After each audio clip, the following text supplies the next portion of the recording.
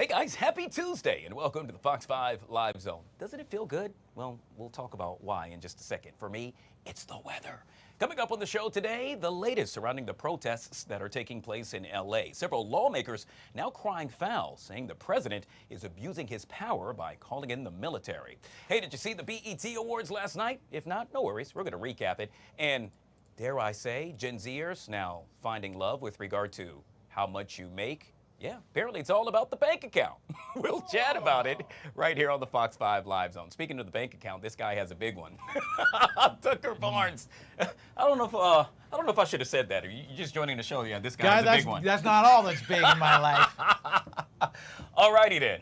Good to see you, my friend. Oh yeah. I mean, yeah, I got a big boat. Ego. Thank you for pointing that out. Big hair.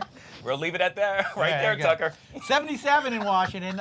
We've been doing some clouds. So, guys, he mentioned you approve of this weather. I actually like it. I thought it was going to be more humid today than yesterday, and maybe you'll correct me, but it wasn't too bad. No, it's actually getting better. And it will get better and better this afternoon as we have the clouds out there is actually a cold front that's finally sliding through, and it will deliver not so much cooler air, but drier air. So, okay. You still get the warm temps, but without the humidity, you should feel a lot better this afternoon because we've been so soupy and stormy and rainy the last several days here. It'll be good to get a day off. 77 as mentioned, still a lot of clouds out there. Winds are out of the north and west at about 15 miles an hour. And again, sign of things to come here and that drier air is working in. And it should deliver a very nice afternoon. Yeah, there are your current winds, and you can see we got a nice little wind field setting up that's bringing in drier air. So the real story, less and less chance for a shower storm this afternoon. Not that there couldn't be one or two, especially south of town, southern Maryland, Eastern Shore, looking at you, but that we'll see an improving sky conditions, little sunshine later this afternoon, and again, winds will bring in some drier air. All right, lots of clouds. The shower activity that was down at the beaches, if you're up early, Guy, I know you don't get up at my hour, but if you were up, right around daybreak, we had a couple of showers across the region. Those are all north and east of us. You can see them up near Philly at this hour. And our trend will be to generally keep it dry. If you look out into our mountains, out towards Hagerstown, you'll see some clearing skies. That's our late afternoon forecast. We'll gradually break out into partial sunshine. And again, the winds out of the north and west means drier air and really a very pleasant afternoon. So nice conditions. Going out tonight, you're dry. Tomorrow, mid-80s with sunshine. You haven't teased it yet. Maybe you have the congressional baseball games tomorrow night. Oh, yeah, that is right. And it should be really nice conditions out there for that game tomorrow night. So if you're going to that congressional baseball game or want to plan outdoor activities tomorrow, it looks great. And then the big question will be, Guy, this is today's setup, by the way, that cold front coming through, and again, drier conditions behind it this afternoon. The big question will be this week, will we hit 90 degrees for the first time? In 2025. Very unusual to get to the middle of June and not have a 90 yet. We did hit 89 a few weeks ago, but we have not hit 90. We're going to go for it on Thursday and Friday, and the storm chances will go up by Friday afternoon and Saturday. But if we wait till Thursday to hit that 92, I think that's the latest 90-degree rating for the first time since 2003. Wow, it's been that long. Yeah, okay, 20 years since we've gone this late in the year before we get our first 90-degree day. All right. Cool. Good to know. Yeah. Hopefully, if I'm a betting man, I think it's going to happen. Why? Because you said so. Oh, well, you can bet on the weather. I'll show you where. Okay, good stuff. I'll show you later. All right. Hey, guys, if you haven't already done so, make sure you download the Fox Local app. That way, you can take Tucker in your weather forecast any and everywhere you go. Now to a Fox 5 exclusive. The Loudoun County Sheriff's Office is calling on the Dominican Republic to release all of the evidence in the now closed investigation into 20-year-old University of Pittsburgh student from our area who went missing back in March. Now, that case was ruled a drowning at the request of Sadiqa Kanaki's family, but Sheriff Mike Chapman still has reservations. He sent two of his own detectives to conduct their own investigation. They were allowed by DR authorities to interview none other than Joshua Rebe, but when asked if they'll get to finish their investigation, that's a tough call. I mean, we don't have anybody stationed down there. I mean, we have to work through our counterparts down there. So we have to work with the embassy down there. We have to work with the people, the Americans that are signed to the embassy, whether it's HSI, FBI, DEA, whoever the case is down there. Because when this first happened, we reached out immediately to our counterparts down there to work with the Dominican authorities, and that's what we have to do. We don't really have any jurisdiction outside of Loudoun County. But we do want to get to the bottom of it because she's a Loudoun County resident, her family lives here, and we want to make sure that we're not leaving any stone unturned. You can listen to the raw sit-down with Sheriff Chapman on fox5dc.com. Now the latest with regard to the protests that are currently underway in Los Angeles. Demonstrators and police faced off in scattered protest yesterday. That was the fourth day in a row, with officers using less lethal weapons to disperse protesters after objects were thrown at them. Damage appears to be limited to a portion of downtown, while much of the city has not been affected by those protests. In all, about 700 Marines have been activated to help protect federal personnel and property. All this as President Trump now mobilizing another 2,000 National Guard members, doubling his initial deployment of those troops. Joining us now to discuss this and so much more, Mr. Arif Halaby. Yes, he's a national security expert, radio host, and political strategist back here on the Live Zone. Arif, good to see you, my friend. Good Tuesday to you. Great. Well, great to see you, and also retired Los Angeles police officer and academy instructor. So very good to know. During the riots, yeah, I was there during the riots of '92, and we had actually many, many different riots through Westwood during my time in 1990, 91, 92, stationed in that area. So yeah, look, there's a lot of things changing in LA politics, but a lot stays the same. And so with that being said, Arif, I'm glad you started off with that, and that is, yet again, you were a former LA police officer. You made mention that, yes, you actually were in that position during the LA riots back in, what, 92, I believe you just stated. A lot of folks are saying, hey, guys, let's get it together, meaning this is completely different versus what happened the first time around. And I say that because folks are saying, well, in this case, you have protesters. In this case, you have rioters. And in this case, you also perhaps have people that are being paid to actually cause a disruption. What say you to that? Yeah, it starts out as a normal protest, and we get them all the time. Every big city does. You guys are very used to it on the East Coast in Washington, D.C., New York, Chicago. San Francisco. Normal protests happen all the time. The difference is this. When this particular protest happened, they were infiltrated by the paid protesters, by the ones that do this for a living. We had pallets of bricks dropped off on side streets. There's reports of that. Today now we have the Diamond District, which is 5th and Hill Street, basically downtown, beautiful area, Jewelry District, Diamond District being looted and raided. There's a problem because the left wing has always used this type of force as the place of last resort in order to get their message across. We have a regular systematic way in doing it. I'll go through it with you here. So first, the left wing tries to convince you by the argument. They try to infiltrate the schools. They did. They infiltrated the college system, and I came out as a Democrat in college when I finished, before I joined the department. The stolen land, reparations, that whole story. They kind of go through that step by step. Then the next thing they do is they try to bribe you with government handouts, jobs, government handouts, affirmative action. People that have no skills really for a job, you start to see that in the DEI. That was the latest iteration of it. They go through the EDP money, the COVID money. So that's the next step. If you don't fall for that, you don't go down that road, then the next thing is they try to guilt you, right? They guilt you by calling you white privilege, and then they threaten your job with cancel culture. I wrote them all down, so you'll see me looking down just a little bit. Then they threaten you, this is the last resort, with your physical safety, right? If they can't convince you that their way of doing things, this is a normal way of operations. And when you see the lack of courage from Los Angeles leadership up to and including the governor of the state of California, literally this could have been fixed in no time. You can see this handled. The law enforcement men and women, anybody with any kind of experience will sit there, watch the law enforcement men and women stage up. Then you'll see people start whispering in the ears, and they were told to stand down. I have friends, colleagues, neighbors that were there, and they'll tell you all the stories. Zero respect for Karen Bass, zero respect for the governor, zero respect for the chief of police. You just made mention of the governor, who has been very vocal, stating that President Trump, in essence, abused his power by calling in the troops. Do you believe that's the case?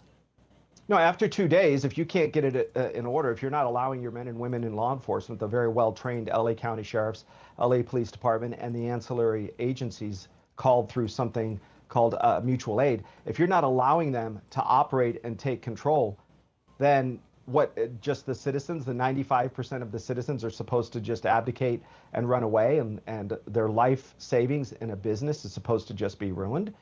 Somebody has to protect you. It's really sad. What they did, the left wing did on accident here in California, they didn't understand it. They gave President Trump an easy win. Look at the screen with the fires. Look at the people being beat up. Look at the folks being chased and Mexican flags. If you wanted to do this the right way, you would have American flags. You'd say this is not American.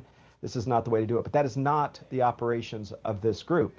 This group is paid for by George Soros and others, right? He's the boogeyman. We get it. But there's plenty of ancillary organizations that the Open Society and others have paid for to make this happen. And they guilt people, right? There's this layers. All of this that I just went through, the lifestyle of the left wing. They go through this part, and all of us are in different phases, right? You still have the college kids. They come out thinking, well, life could be a better place if we do this. You have Hollywood that doesn't want to rock the boat, so they just cancel somebody as soon as they say something silly. And the world changes.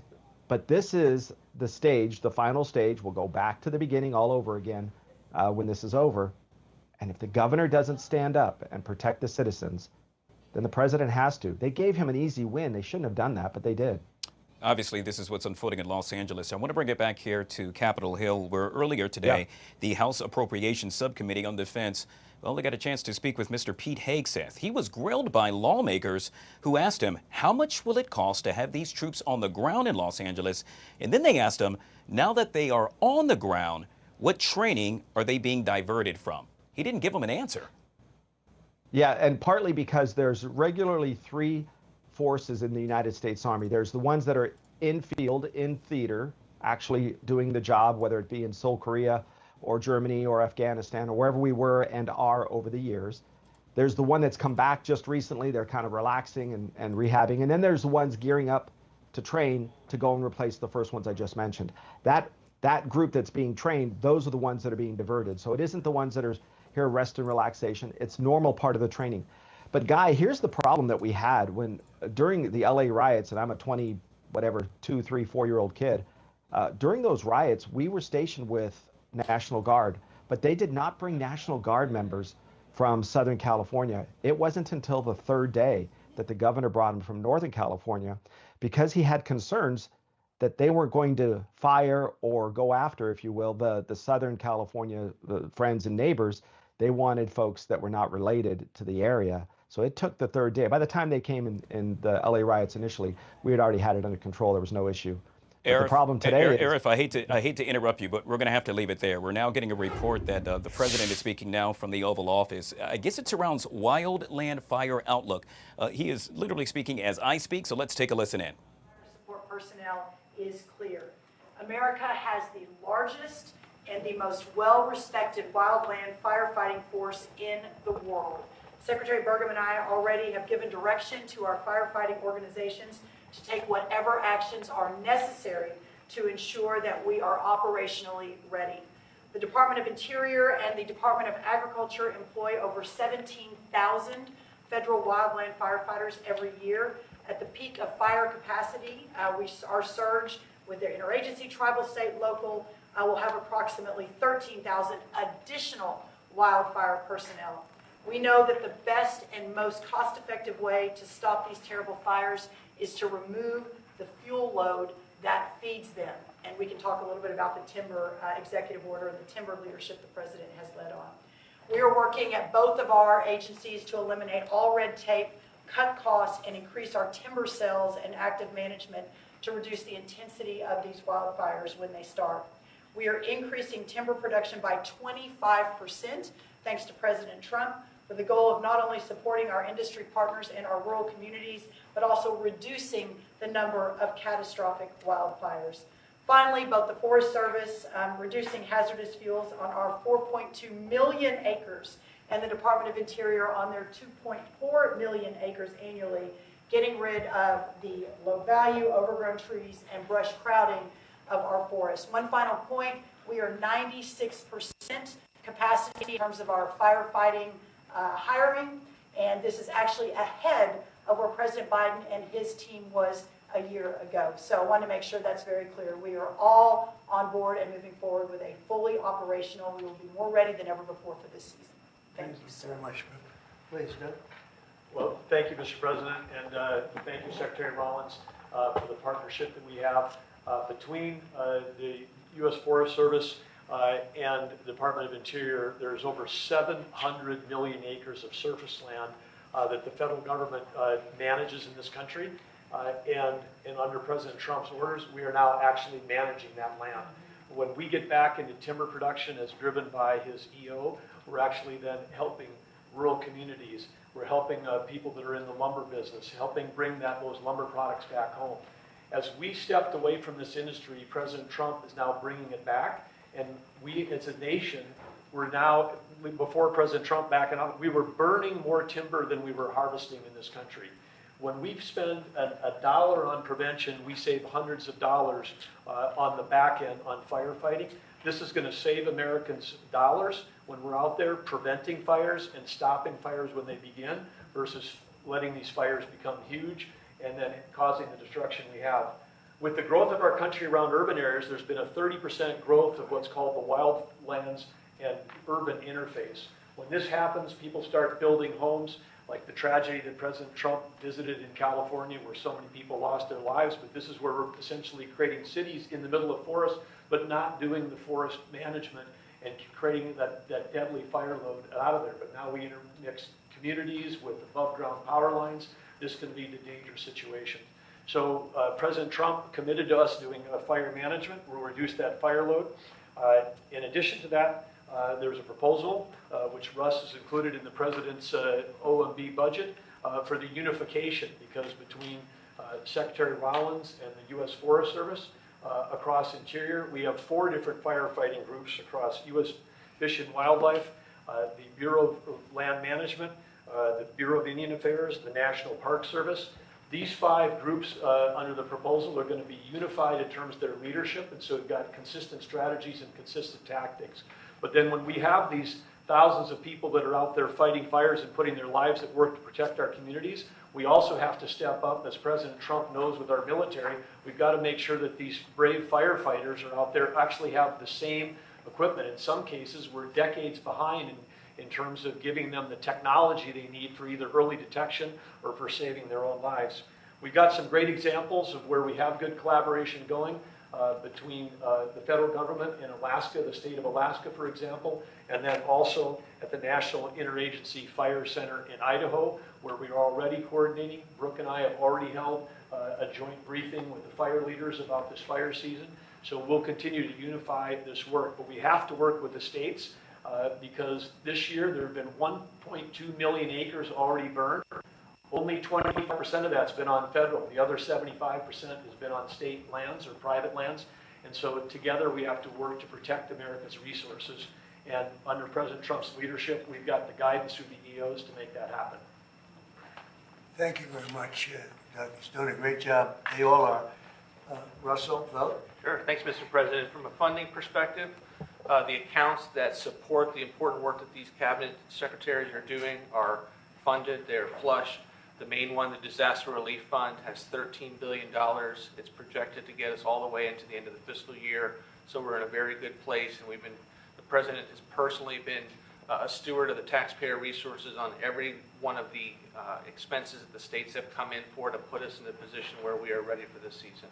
Thank you. Great job. Thanks, Russ. Christine. Yeah, Mr. President, we are in hurricane season right now. It will last for the next several months, and we are prepared for what is coming. We are anticipating that we will have higher than usual activity during this hurricane season. We could have 3 to 5 major storms, up to a dozen other hurricane level thresholds that we will meet throughout this season. And FEMA stands prepared and has been working with all of our regions on training, pre-deploying resources, making sure that individuals are out there ready to respond to each state as they bring the necessary resources to take care of their people. But also, sir, you've been very clear that you want to see FEMA eliminated as it exists today.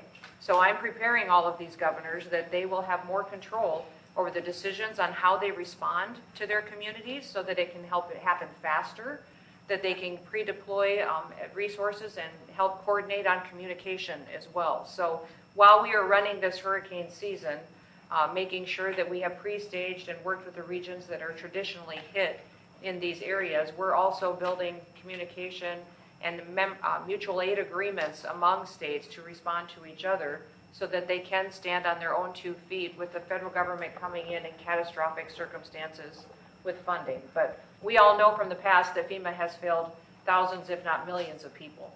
And President Trump does not want to see that continue into the future. So this agency fundamentally needs to go away as it exists, and we need to have a response to states that supports them when terrible things come and when the worst day of their lives happens, to where the financial resources are there, but they have decision-making power right there in the state to respond. So the next several months, we expect it to be high activity, and the federal government is here to support the people of the United States with President Trump's leadership. While he's doing that, he's also going to make sure that they're better set up for the future so that they have the ability to really take care of their families when a crisis or a terrible storm does hit. We've got many governors that just recently had terrible, tragic losses from tornadoes, from other events that went through their states, and FEMA was extremely responsive, and they've all been very happy. I think, Mr. President, you even spoke to one of those governors this morning, who is very happy, and the Missouri governor as well, who is very happy. As soon as something happens in their state, I'm in direct communication with the governors to make sure they have what they need,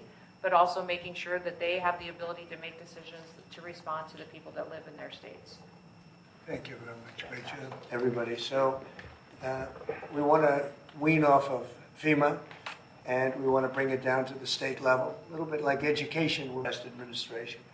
And when we got in, we did a great job for North Carolina, brought it back, but it was a disaster, FEMA. And it has not worked out well. It's extremely expensive. And again, when you have a tornado or a hurricane or you have a problem of any kind in a state, that's what you have governors for. They're supposed to fix those problems. And it's much more local, and they'll develop a system, and I think it'll be a great system. And also when it comes to forest fires. So for years I've been meeting with heads of other countries, and they are forest countries. They call themselves forest, Austria and others. And they say, we're a forest nation, we live in a forest, and they don't have forest fires. And in one case he said, you know, our trees are much more flammable than California, but we don't have forest fires because we clean the floor, we sweep the floor of leaves, of dead debris, of trees that fall, because after 18 months, a tree is like it's like tinder wood, and it goes up, it virtually explodes. Well, we don't take the trees out. California is a disaster, what they've done in California. They don't do anything. And if you did, you almost would not have forest fires, and you could say in theory, you shouldn't have any forest fires. And we spend billions and billions of dollars a year because people don't clean the forests. And we're going to clean the forests. We're going to start cleaning them. We're going to get rid of dead wood. The environmentalists say, oh, no, let it regenerate. It doesn't regenerate. It just sits there and it usually catches fire. And we're going to have a whole new system, and it's called forest management. And if you look at some of these countries in Europe and other places that literally live in forests, very flammable forests, and they don't have problems. And they call me, they don't even know how it's possible that we can have the fires that we have. And the people behind me know that very well, and we're going to start working on that system. And we're going to save a lot of trees.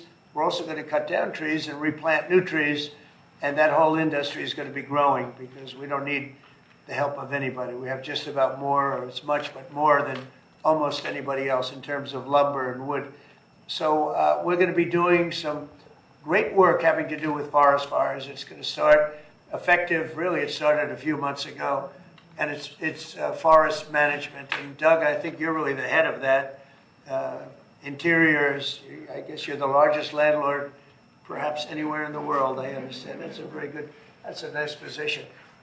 You may want to just give a few words on the cleaning of the floor of the forests.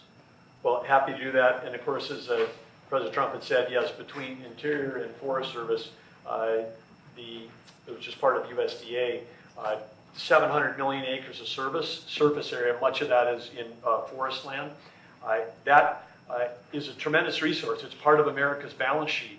When we let it burn, then we actually have to spend money coming through FEMA and other places. So we spend taxpayer dollars cleaning up a mess that could have been prevented. Under President Trump, when we get back into the timber business, which up to 30 years ago, we were one of the great timber producers in the world. The communities thrived in these rural communities. We had lumber mills, we had manufacturing, we had We had furniture makers in this country. All of that went away when we stopped harvesting our own timber. And today we import about as much timber as we used to harvest ourselves. If we can get back in the timber business, that can help on the balance of trade, reduce imports from foreign countries, and have American jobs. But to make that all happen, again, under President Trump's leadership, we have to get back in the timber business and get back in the game. And when we do that, we have to make sure that we're doing prevention, not just fighting fires after they all get out of control. And so again, working with OMB and others to make sure that we've got the budget for doing the prevention work and the forest management upfront, reduces the expense and the cost on the back end of fighting these massive fires. But again, coordinating across all of our 5 different major firefighting groups today, it's like having 5 generals in the field.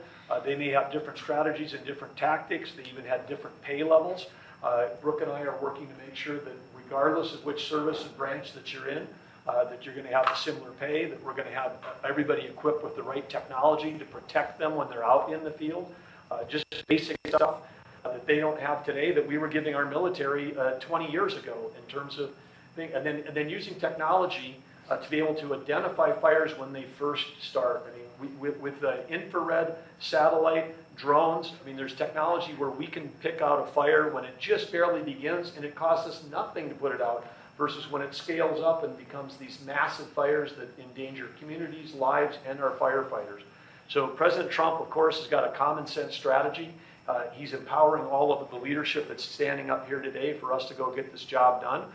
It's going to get America back in the timber business. We're going to put out fires when they're small as opposed to when we can't control them when they're large. And we're going to have revenue coming into the federal government from those timber sales, as opposed to those timber leases to the private companies, as opposed to revenue going out through FEMA after the fact when we're cleaning up a mess. So the whole thing makes complete sense. And Brooke and I and Christy and Russ, we're all excited to go out and implement the President's vision. And we have some of the best timber anywhere in the world, and we don't use it. We freed it up. Lee Zeldin's done an incredible job in that regard, from environmental restrictions that are ridiculous. And a lot of it's been freed up. The rest of it's being freed up. Some areas will continue to protect, but we're going to be freeing up most of it. And again, we have some of the best in the world. And when I hear you say that we lost more in fires than we produce, is so crazy, because we shouldn't lose very much at all. I mean, I could say we shouldn't lose any if it was perfect, but it should not be ever like what we've seen. We're sending billions of dollars to California all the time because obviously in California they are not doing a good job in any way, shape, or form, any other thing either. So with that, I'm heading to Fort Bragg right now. I think the helicopter's landing as we speak. But if you want, we'll take a few questions. Mr. President, will you invoke the Insurrection Act to deal with the situation in California? If there's an insurrection, I would certainly invoke it. We'll see. But I can tell you, last night was terrible. The night before that was terrible. We have, as you've seen, it was on most of your networks, people with big, heavy hammers pounding the concrete and pounding curbs, pounding it, breaking up, and handing these big chunks of concrete to people.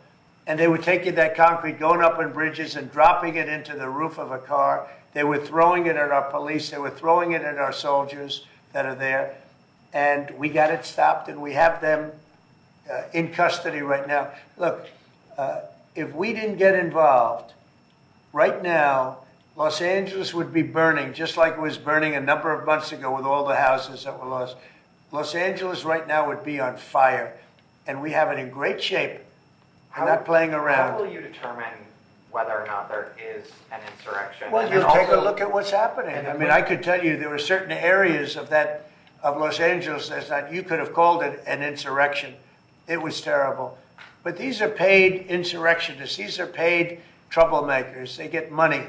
And when you take a look at what they do, where they show up, and everyone's saying, what's he doing? He's pounding the curbs. This one guy's pounding the curb, breaking the curb, and handing big pieces of granite. In some cases, it's granite and concrete to other people.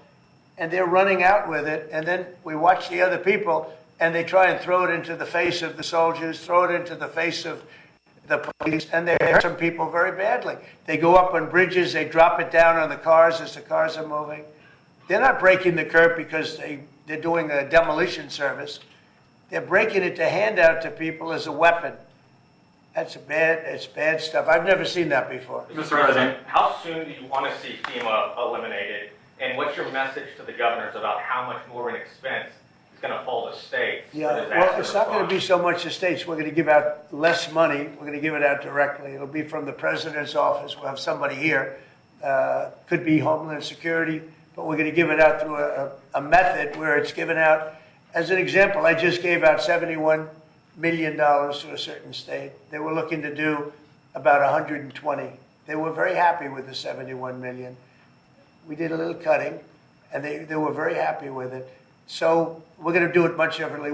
We think after this, Christy, I'd say after the hurricane season, we'll start phasing it out. Yes, sir. You set up a FEMA council over the next couple of months. We'll be working on reforms and what FEMA will look like in the future as a different agency, as under the Department of Homeland Security to the President's vision.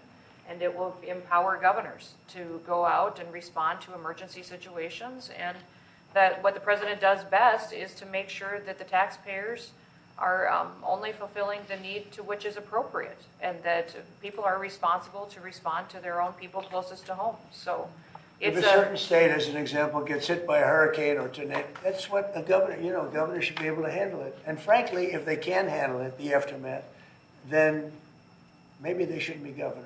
And Mr. President, when is the last time you spoke with Governor Newsom? A day ago. Called him up to tell him, got to do a better job. He's doing a bad job, causing a lot of death and a lot of potential death. If we didn't send out the National Guard, and last night we gave him a little additional help, you would have, Los Angeles would be burning right now. Los Angeles would be not a lot different than what you saw take place in California and Los Angeles just a little while ago. And, you got to remember, we have the Olympics coming. And we don't want people looking at Los Angeles like it would have been. It would have been bad. Last night they had total control. If we didn't have the military in there, the National Guard, and then we also sent in some Marines, we had some bad people. We have people, they look in your face and they spit right in your face. They're animals. And these are paid insurrectionists. These are paid troublemakers. They're agitators. They're paid. Do you think somebody walks up to a curb and starts hammering pieces out, has all the equipment necessary, and starts handing it out to people to use as a weapon? These are paid insurrectionists or agitators or troublemakers. You can call it whatever you want. And we ended it, and we have in custody some very bad people. Some very bad people. Mr. President. Did you see the guy throwing the rocks at the police cars as they went by and crushing their windows and endangering our police? We're not going to let that happen, yeah. Pardon me, Mr. President, on those Marines, Governor Newsom has described them as political pawns. I'm curious for your reaction to that and what you see as the Marines' role and what are their rules of engagement? All I want is safety. I just want a safe area. Los Angeles was under siege until we got there. The police were unable to handle it. You can speak to the chief. He said it on television 3 nights ago. He said, this is more than we can handle. They said that. And the LA police, I know a lot of the police in LA, they're great people, but they're given instructions not to do this, not to do that. But in this case, they were trying their best. They were not able to handle it. It was out of control. When we got there, and you have to remember, I've been here before, and I went right by every rule, and I waited for governors to say, send in the National Guard. They wouldn't do it. They wouldn't do it, and they just wouldn't do it. It kept going on and on. Got worse and worse.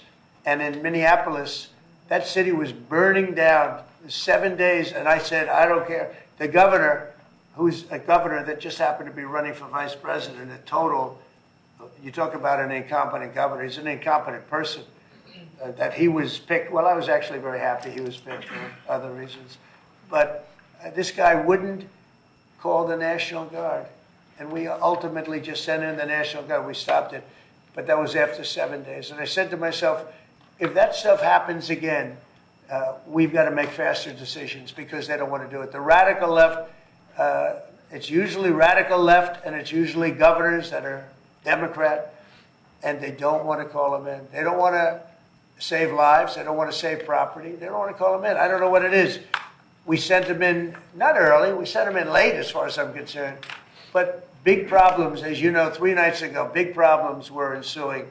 If we didn't send in the National Guard quickly, right now, Los Angeles would be burning to the ground. The Marines is, a lot of people think, an escalatory step, though. These are guys who fight wars. Are you at all concerned that things could get out of hand with Marines when I see people American City? Throwing concrete into cars, when I see people, the kind of people that I saw on your network doing danger to the police and to the military and to the National Guard, no, it's okay. You know, you start running out of people when you have 2,000 people from a National Guard standpoint. We have a very big military, but the National Guard, they needed a little extra help, and we sent them a little, and we did a great job last night. We had, well, you got a lot of cars go up in smoke and flame, and a lot of bad scenes, but it was pretty minor by comparison. This morning it's very calm. We'll see what happens later. But they know if they go there, they're not going to get anywhere because we have the National Guard there. We backed it up with a number of Marines, yeah. Mr. President, do you agree with Governor Abbott soon signing legislation to mandate the 10 Commandments in school classrooms? Having to do with what? Governor Abbott is soon going to sign legislation to mandate displays of the 10 Commandments in school classrooms. Do you support him? I have to take a look at it. I'm going to have to look at it. Will the National Guard be in California indefinitely? How long will they be there until you think? Until there's no danger. It's easy. Look, it's common sense. You ask me that question. When there's no danger, they'll leave. You would have had a horrible situation had I not sent them in. Horrible. You'd be reporting on a lot of death and a lot of destruction that's not going to take place. I think if you look, every night it got less and less. They were met with very strong force, the bad people, the bad, sick people that do what they do. But these are paid people in many cases, not in all cases, but in many cases. And they really are, they're agitators. I was wondering if you had any response to Mexican President Sheinbaum, who condemned the violence there. Have you been in touch with her at all? Said what? I was wondering if you had any response to what Mexican President Claudine Sheinbaum said in response. What'd she say? She condemned the violence in LA. Oh, I do too. Yeah. Have you been in touch with her at all? Well, you think I don't condemn it? I condemn the violence in LA, ladies and gentlemen, but I also stopped the violence in LA. And by doing what I did, I stopped the violence in LA. And that would have been, I think, maybe I'd ask Christie to speak to that. That would have been an unbelievable tragedy. We would be talking, I don't know that would even be here right now. It would have been so bad. I'd probably maybe be out there. I don't know, but Christie, could you speak to that? Absolutely. So in 2020, I was a governor of a neighboring state to Tim Walz and watched him let his city burn. And the president and I have talked about this in the past, and he was not going to let that happen to another city and to another community where a bad governor made a bad decision. So Claudia Sheinbaum came out and encouraged more protests in LA, and I condemn her for that. She should not be encouraging violent protests that are going on. If people are allowed to peacefully protest, but the violence that we're seeing is not acceptable, and it's not going to happen in America. This president is standing up for the average American who wants to walk their child to school every day safely, run their small business, and provide for their families. That's the action that he's taking. He has every authority under the Constitution to send these National Guard under Title X into these communities and make sure that operations go smoothly, that law enforcement officers are protected, that they can continue to do their work without fear of being injured or killed or disrespected, and that they can go home to their families at night. So I'm incredibly proud of the president for activating the National Guard and for sending in these Marines, because these Marines are specifically trained to meet the need that we have on the ground in LA right now. And Governor Newsom has done a disservice to the state of California for many years. The people there should never elect him into a leadership position ever again. He clearly cannot. The governor's a nice guy, but he's grossly incompetent. When it comes to his railroad that he's building, where it's like 30 times over budget, nobody's ever seen anything like it. Now it doesn't even go to San Francisco and LA. It's way short of it. After years of work and overruns like nobody's, those contractors are some of the wealthiest people in the world, I guarantee you that. Because that money goes to those contractors. They just did a number on the wallet of the people of California. That train, you should look at that train. That is the greatest. I've never seen cost overruns. I've seen cost overruns and great incompetence over my life. I've never seen anything like that. Mr. President, these protests obviously started in reaction to these large-scale ICE operations in Los Angeles. Should people expect to see similar operations in the rest of the country? Yeah. And will similar protests see similar response? As you know, we're moving murderers out of our country that were put here by Biden or the auto pen. The auto pen really did. I mean, the people, whether it's Lisa Monaco or whoever operated the auto pen, these are criminals. The people are criminals that allowed these criminals into our country. And I don't think that Biden knew what the hell he was doing. I don't think he even knew about it. But when they opened up our borders for the whole world to come in, yeah, we're going to get them out. We're getting them out. We're starting to get acknowledgement from the courts that, you know, there's a system. They come in without courts and they go out, they want trials and everything else. I think that's starting to work out now. Judges are starting to see what a terrible situation it is. Many of those people that you saw on television last night are criminals that were allowed into our country by Biden. And they want to stay, and we don't want them. And they come from jails, and they come from mental institutions, and they come from all over the world, not just South America. And we're not going to let them stay.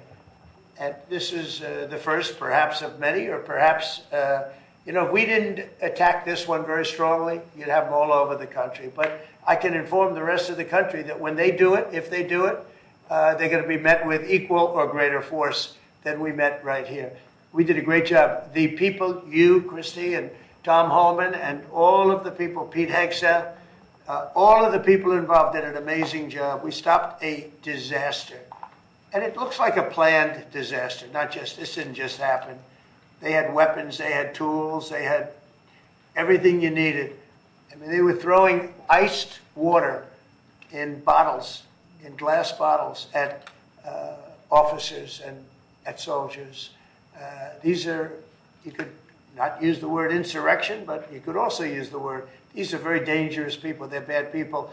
They were met with heavy force and they folded. And they may be there a little bit tonight, they may be there a little bit, but it seems to be getting less and less because they're going there and they're met with a very heavy force. And if they weren't, you would have that city right now would be on fire. It would be burning down. The rest of it, what's left over, because the other fire was started because they wouldn't allow water into LA. They wouldn't allow water into California because they had it all shifted out to the Pacific Ocean. And I turned it around. And I told them to do it in my first term, and they didn't do it. We had COVID, and they didn't do it. And I told them to do it. We did it in the second. Now we have billions of gallons of water flowing down. But Newsom should have done this. He's an incompetent man and an incompetent governor. Okay, any other questions? Mr. President, do you have any message to adversaries as the Army kicks off 250-year birthday celebration? I just think it's amazing. We're going to have a fantastic June 14th parade, Flag Day. It's going to be an amazing day. We have tanks, we have planes, we have all sorts of things. And I think it's going to be great. We're going to celebrate our country for a change. You know, recently, as you know, with World War II, the victory of World War II, I called up France and they were celebrating the victory. Well, we helped them a lot, as you know. I don't have to get into that. But I called up other countries. They were all celebrating the victory. We're the only country that didn't celebrate the victory. And we're the one that won the war. Okay, if it wasn't for us, that war, you would be speaking German right now, okay? We won the war, and you might be speaking Japanese too. I mean, you might be speaking a combination of both. We won the war, and we're the only country that didn't celebrate it. And we're going to be celebrating big on Saturday. We're going to have a lot of, and if there's any protester that wants to come out, they will be met with very big force. By the way, for those people that want to protest, they're going to be met with very big force. And I haven't even heard about a protest, but, you know, this is people that hate our country. But they will be met with very heavy force. Mr. President, one last Thank you question very on much, California. everybody. Thank you, press. Thank you. Press. Let's move out. Thank you, guys. Thank you. All right, there you have it. President Trump speaking from the Oval Office. The president started his speech, if you will, surrounding all things with regard to FEMA, stating that plans are in place to address wildfires. The president then moved on to the protests that are currently unfolding in Los Angeles, stating that if he didn't get involved, Los Angeles would be on fire. He also said that he spoke with Governor Newsom one day ago and told him, quote, he's doing a bad job. The president also stated that the National Guard will be in Los Angeles, quote, until there is no danger. We're going to take you from the Oval Office to Capitol Hill, where House Democratic leadership now speaking with regard to all things surrounding the LA protests and Trump's agenda. Let's take a listen in. Drink is, and that's a fair conversation for us to have, but let's not lose sight that these programs are under attack by Donald Trump and House Republicans. Go ahead. Thank you. We've seen Democrats give some contradictory views on the LA riots. We have Senator John Fetterman, who has called them anarchy and true chaos, and we have Congresswoman Maxine Waters, who's denied that any violence has taken place. How would you characterize what we're seeing from these individuals in LA right now with Waymos lit on fire and stores looted and things of that nature? Here's the reality. Local authorities have this under control. There are a couple square blocks where a police presence is needed. A police presence, not a military presence, a police presence might be needed. And that should be the focus of local law enforcement. What Donald Trump is doing is inflaming those tensions. But as the vice chair said, anyone who is lawless or loots or commits a crime should be punished. That is the House Democratic Caucus position. What we do believe is in peaceful protest and in people being able to exercise their ability to observe ICE agents carrying on their activity, as well as standing on a street corner and holding a sign and speaking out and speaking their mind. That is completely appropriate activity. And what Donald Trump is doing is inflaming that by sending in the Marines and by mobilizing the National Guard under dubious legal rationale, as the vice chair mentioned. But I would argue, listen to the LA members. I'm from Southern California. I'll defer to my colleague who represents LA County. But this is something that local law enforcement clearly has under control, and the images on TV keep showing the same, burning car over and over. 99% of the city is moving on just as business as usual. I'm glad you brought up the burning cars. So burning Waymo cars is despicable, and I urge that those folks be prosecuted who engage in that action. The National Guard could have done nothing about it because the unlawful orders they were given say they are to protect federal property, federal buildings, and federal personnel. That has nothing to do with Waymo cars. So even if they were right there at the scene, there was literally nothing they could have done without violating their orders. And let's say Marines at the scene. What would you want these Marines to do? Like shoot these people? It's ridiculous to have Marines there. This is a law enforcement activity that should be handled by state and local law enforcement, not the United States Marines. They are not trained to do this. Questions? So the oversight election for ranking member is about 2 weeks away. Has leadership decided who they are willing to endorse for that post? Our responsibility as a vice chair and our responsibilities are to conduct the election. I don't think any of our colleagues on June 24th would want us to conduct the election if we were rooting for someone. So we're going to conduct the election in a way that is appropriate, and all of the candidates for this position know that. We know them all very well. Each of them has a skill set and is suited to lead in a variety of areas, and we'll let the caucus decide, and we'll respect that decision. Does leadership have a response to Chairman Comer's expanded investigation into the alleged cover-up of President Biden's mental acuity? Is this the mental acuity, or is this the auto pen, or basically everything that Chairman Comer touches turns into a clown car? I mean, that's just the reality of it. This is someone who is very unserious about exercising oversight, and that's how we're treating it.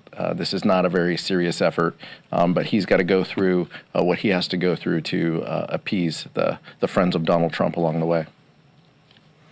Mike.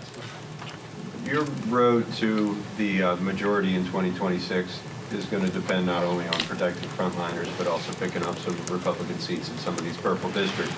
These are districts where some of the images coming out of LA might play to the Republicans' advantage. So what's your message to the voters in that district that you do believe, one, in free speech, but also protecting law and order, given some of the images that we're seeing on TV?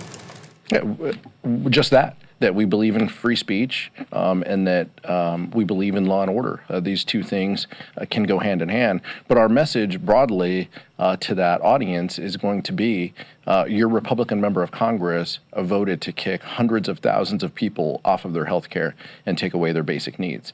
That's exactly what's at stake here. And that's what we're fighting for. That's the importance of dealing with reconciliation in front of us and the contrast that we will make between now and next November. But I'll let the chair speak to it. I agree. The contrast is a broken promise from Republicans who promised to lower costs on day one and have done nothing to lower costs, have been raising costs, kicking people off of health care, cutting programs that people depend on. That was the number one issue last election. It's the number one issue in Americans' minds across the country right now. They've only seen chaos and dysfunction from this administration and a Republican Congress who is unwilling to stand up for working families. That's the contrast we'll continue to make. All right. Thank you very much. All right, guys, there you have it. House Democratic leadership holding their weekly presser with the caucus chair, Peter Aguilar, who represents California 33rd District. Obviously, he was flanked by other top Democrats as they addressed Trump's agenda in the current protests that are unfolding in Los Angeles. We'll take a quick break. This is the Fox 5 Live Zone. Important piece, but we're looking forward to it.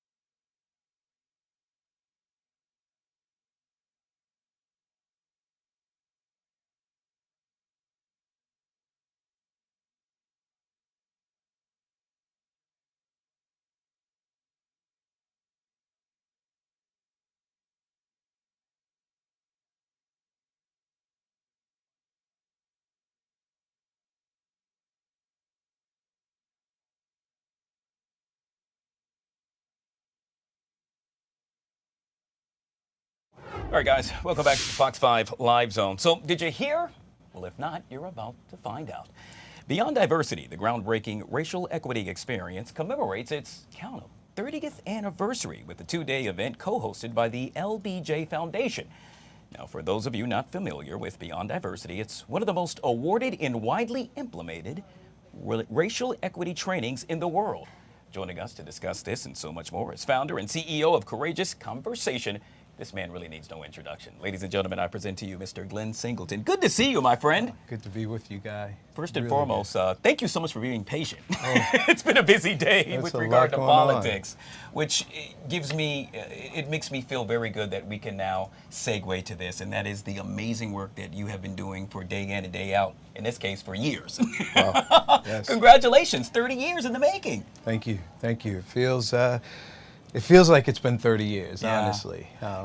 So talk about that. Obviously, if you take a peek back, which we all love to do, and you look back in history, it was somewhat of a different climate, was it not? It was somewhat of a different landscape. And, well, now you fast forward to today, and, well, many would argue it's changed. Others will say, it's somewhat stayed the same.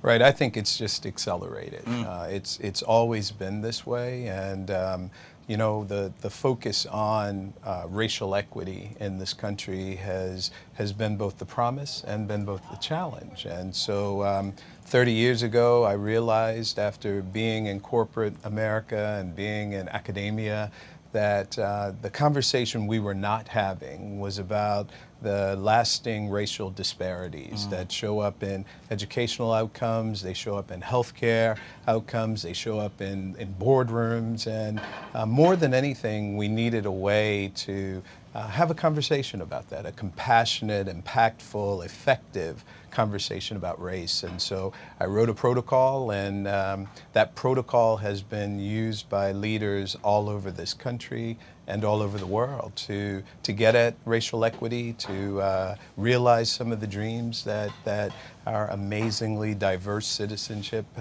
wants. And we've been at it. So. Yeah. And you've been at it for quite some time yet again. Now you will be at it in a major way for not 1 but 2 days, I should make mention of. A plethora of topics that you all will cover, one of which happens to be racial self-awareness. Do tell. Well, I think that one of the greatest challenges is that we're never really taught what race means in our society and what it means to walk around as a racialized being. And you and I didn't choose this, but this was imposed upon us. And so to be most effective, we have to understand how race shows up in our day-to-day engagements, how it shows up in the way we write policies and design programs, so that all people can be as successful as possible. And that's what happens when we're racially conscious, or when we've developed those knowledge and skill bases that help us to navigate a racialized society. Yeah, many would argue that to a certain extent you are a superhero, sir. And so with that being said, you're going to be joined by your Avengers, in this case, other speakers as well. Do tell, who should we expect to see flanked by you? Well, we're going back to the Presidential Library of LBJ, who had this vision of a great society. And in that great society, he put forth legislation that changed the face of this country and around the world. The Civil Rights Act of 1964, the Voters' Rights Act of 1965, affirmative action, Head Start. We're looking at the National Endowment for the Humanities. All of these were a vision of how we could actually live up to the dreams of what the founders wrote. And so I'm bringing the founder, well, he's not, yeah, he's actually the president of the LBJ Foundation now, the former mayor of Austin who led a racial equity task force, many of his task force members. I'm bringing some DEI professionals. I'm bringing an amazing K-12 superintendent, Dr. Marcus Campbell, from the largest high school in the country. He and his board chair, Pat Savage-Williams, are going to talk about how to achieve racial equity and make sure that all students achieve at a higher level. Wow, I got to tell you, this is really exciting. Folks that want to find out more information and or get involved, how would one go about to do so? Well, the easiest way is to visit our website at www.courageousconversation.com, and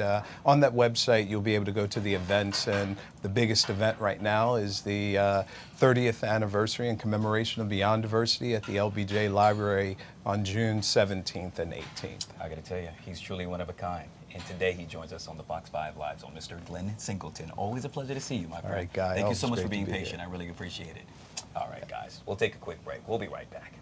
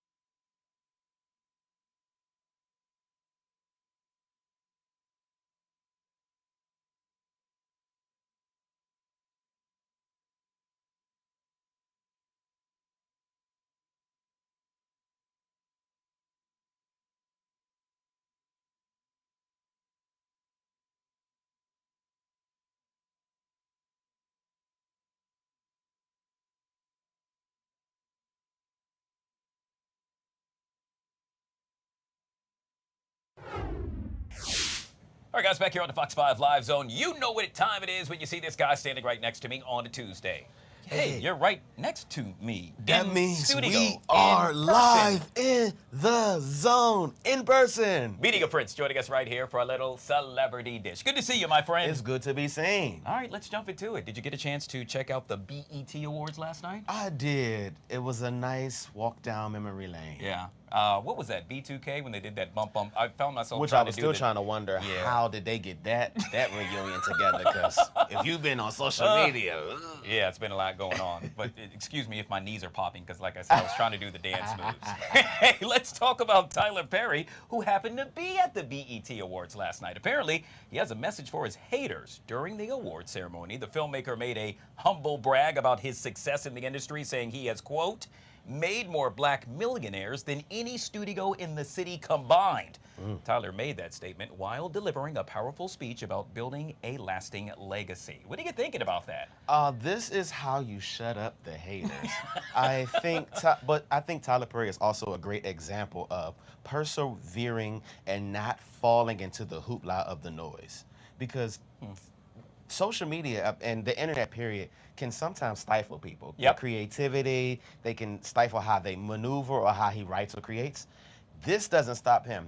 You don't like his movie, he's still gonna give you 5 more of the same ones, and he's still gonna do this and that. He's still gonna give you more Medea. So I like how he shows us how to persevere through the hate. And also reminding you at the same time, I'm rich and I'm gonna make more people rich. Yeah. And not you if you hating. He might not only be the only person that could say that in the industry, but perhaps the only person, I'm trying to think, that could say that on the planet. Right. And what a brag. I mean, I thought that was the most humblest flex ever because he could Yeah. have said more. He That's- could have said wow. more, but you know, leave it to Tyler to just give it just a little humble flex. Yeah, So well, kudos going out to him. And by the way, there's 2 more guys that would love to be a part of that. This guy and me right here. If you need us, we're right here. I'd love we to are be right in here that because we hear you category give too. great trailers. There's great craft services there. We hear you give good room and board. Yeah. And a great paycheck. So yeah, we are down to be in any roles you have. I heard it gives great snacks as well. For me, it's all about the snacks. So I like Twizzlers. He gives like extra Twizzlers. All right, let's move on. In this case, speaking of the BET Awards, hey, let's talk about Kanye West. Apparently, he was missing last night. Yeah, the rapper was mentioned during Kevin Hart's monologue. Now, while referencing the infamous invite rule in the hit movie Sinners, Kevin joked that no one should allow Kanye into the building. This comes following reports that the rapper has legally changed his name again to, is it Yee Yee or Ye Ye? It's a no. Is what it is. What are you thinking about this, Media Prince? Don't know what goes on in the mind of Kanye West. And soon as we think the dust has settled and he is quiet, he just comes out with more foolery. I don't know what's the point of the name change. I don't know if he's trying to get around some legal issues of how he could put out certain music, but it's just nonsense. It's just nonsense. Just another way to put him back in the forefront of nonsense news to deter us from what's important. But Kanye West needs to go sit in the corner, maybe go touch some grass and drink a bowl of milk. Well, perhaps that's his problem. Maybe he's smoking too much grass. I got to tell you, I just wish that brother well, man. That's all I can say. Only thing that saves him is those classic records that put us back in that mind frame of when we knew Kanye to be at his best. But this Kanye that we can describe to our grandkids of 2025, they're gonna be like, who is that guy? Who's that menace? Someone needs to trademark, I miss the old Kanye. And we really mean it. We really do. Hey, speaking of Kanye, let's move on to his ex-wife. In this case, Kim Kardashian. Apparently, she's making headlines as well. Why? Because she doesn't mind splurging on purchases. So is it really a surprise that she spends millions per year on nannies for her kids? According to the UK Sun, Kim keeps about 10 nannies in rotation and pays them all over $100,000 per year. During the week, the nannies typically start their shifts at 6 a.m. and work for 12 hours a day. Good thing? Wow. I mean, Is she still looking for more nannies? No, we can't lose you, Media Prince. We need you right here. Hey, I had, if I could recall, one of her nannies on this show. And Really? yeah, and very nice woman. And she was speaking to how really she was teaching Kim's kids different ways to learn. And I thought, you know what? If I had the money, I would do the same thing. So perhaps each nanny brings something different to the table. I don't necessarily think that also means that she's not spending time as a mom should with their children. Well, I will say this. Despite it all, the kids, all of their kids are well-mannered. Yep. And well-groomed. So clearly something's working. But of course, this is the Kardashians. They spend $10K at the grocery store. Wow. So, you know, we know they're going to do it up and spend big. But at least we know she's spending money where it's supposed to. Because at a nanny, if you're going to get a nanny, you want to get a very great qualified nanny, especially when they're going to be with the kid 85% of the time. Yeah. So, you know. Well, we can also say that perhaps, you know, it's a good thing not being around. Well, never mind. I think you knew what I was going to say. We want kids to grow up like mom, right? Yeah. Well, late mom, not early. Well, I keep on going with that. Remember Ray J? Anyway, let's end with this. In this case, we're talking about Marcus Jordan. Apparently, he will not have his DUI case go to trial later this month as initially planned. TMZ Sports reporting that they have learned the dates have been pushed back a few months after Michael's son requested the postponement. Now, court documents obtained show that in essence, well, he's really just trying to work out a plea deal and negotiate with prosecutors. You think that's going to happen? No. You know what's crazy? This is Michael Jordan's legacy right here that he's just screwing up. Like, just first, and this is the same guy, if I'm not mistaken, was with Scottie Pippen's ex, right? This is just all bad, nasty work for this guy. I don't know if he needs an intervention, if he needs to go somewhere, but he needs to tighten up because this is the Marcus Jordan, son of the Michael Jordan. I mean, come on, brother. These are the type of fumbles and mistakes you don't need to be making. You could be elite and soaring right now. And I think this also needs to be an experience for him to learn. So he needs to go through all the consequences. I agree. It's not going to happen. When you're Michael Jordan's son, when you're the son of a billionaire, you don't think that they're going to work out some plea, some way, form, or fashion? I definitely think that's going to happen. But also to your point, this shows yet again parental involvement, you know? And maybe for him, he's struggling with trying to live up to dad, which quite honestly, perhaps he's never going to be able to do, but it doesn't mean you just go jump off the deep end. Hello, and I think he dived off the deep end. Forget jump. He dived off it and kept going and trying to find what can get deeper than the deep end. It's more like the belly flop, right? Bottomless pit, it seems like he's aiming for. But hopefully this brother gets it together. But again, he is the son of a billionaire, so we'll see a switcheroo. I wonder what's bigger, billionaire or Michael Jordan? Can you imagine that? Maybe the name alone is bigger than a billionaire. Yeah. Who knows? At this point, Well, you're our moneymaker right here. We're talking about Media Prince joining us right here on the Live Zone. Truly appreciate you, my man. It's great to be here because we are what? We are really live in the zone. We'll be right back.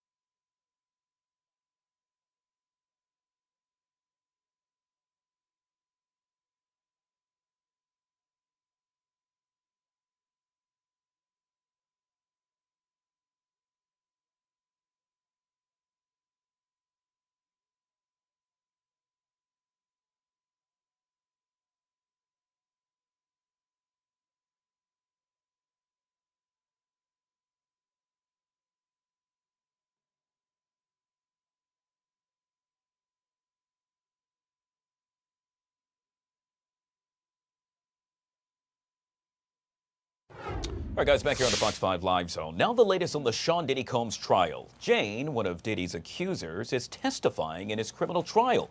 Now, Jane has been describing the drug-fueled sexual performances called hotel nights, aka freak-offs, during her relationship with Combs. Earlier today, the judge denied the defense's second request for a mistrial.